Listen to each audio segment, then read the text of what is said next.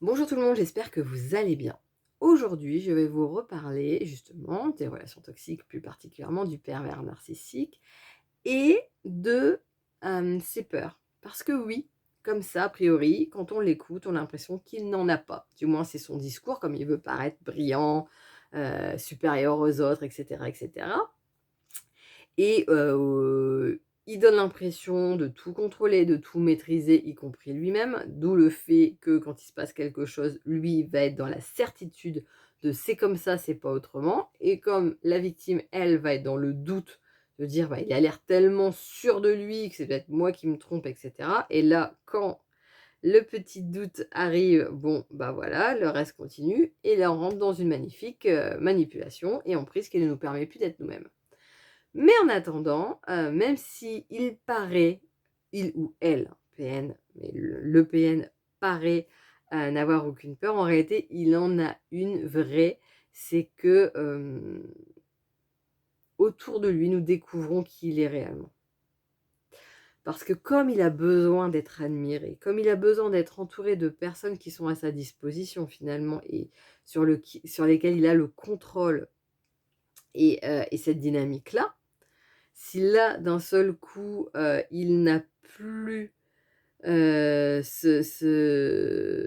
est vu comme il est réellement, c'est-à-dire avec ses faiblesses, avec, heu, avec toute cette partie narcissique, avec toute sa partie perverse et cetera, tout le monde fuirait. Si tout le monde voyait réellement ce qui se passait et qu'il n'était pas en train de manipuler, l'entourage comme des pions.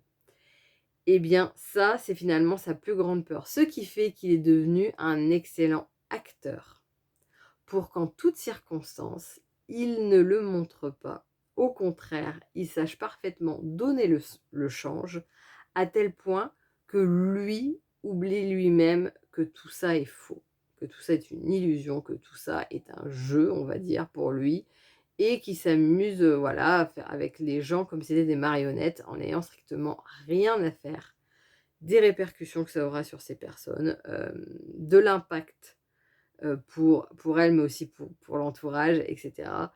Ce qui compte, c'est lui et uniquement lui. Voilà, donc si vous êtes dans une situation compliquée, n'hésitez pas à télécharger en dessous mon guide pour, se reconstruire après une relation toxique. N'hésitez pas non plus, si vous avez besoin, à prendre rendez-vous avec moi. Vous avez en haut les liens, Calendly qui permet, bah, de prendre une séance en visio. Donc là, je peux vous voir peu importe où vous êtes, sur cette planète et bah, dans tous les cas, prenez soin de vous. Je vous souhaite une excellente journée, je vous dis à bientôt.